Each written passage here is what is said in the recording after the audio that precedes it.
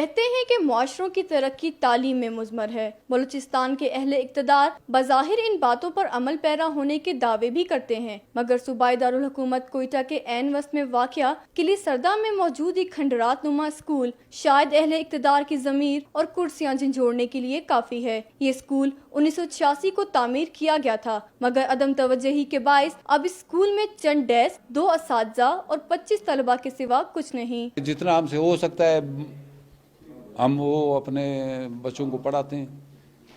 مجبوری تو ہے، سردی بھی ہے، گرمی بھی ہے، ہر حال میں تو ہمارا کام ہوتا ہے کہ ہم ڈیوٹی پر آئیں اور بچوں کو پڑھائیں۔ ادھر کوئی بھی سہولت نہیں ہے، ادھر کوئی اپنے جانور کو بھی نہیں بن سکتے، ہم ادھر پڑھتے ہیں کیونکہ ہمیں شوق ہے ادھر پڑھائی کا۔ اسکول کی عمارت جس زمین پر تعمیر کی گئی ہے، اس کے مالک نے بھی جگہ خالی کرنے کا مطالبہ کر دیا ہے، جس کے باعث اب اس کھنڈرات نما اسکول میں پڑھنے والے بچے تعلیم سے محروم ہونے جا رہے ہیں۔ کوئی کنسٹرکشن وغیرہ اگر حکومت کرنا چاہتی ہے، بالکل ہم اپنا زمین دینے کے لیے تیار ہیں۔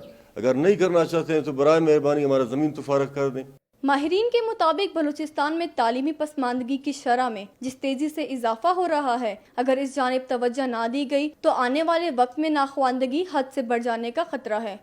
موجودہ صوبائی حکومت کی جانب سے صوبے میں تعلیمی ایمرجنسی تو نافذ ہے، مگر قلعہ سردہ کا یہ اسکول اس تعلیمی ایمرجنسی کی عکاسی کرتا ہے جہاں کسی قسم کی کوئی سہولیات میسر نہیں۔ کیمرہ مین خیر محمد بلوچ کے ساتھ ہینا نسیم، کیپٹل ٹی وی، کوئٹہ۔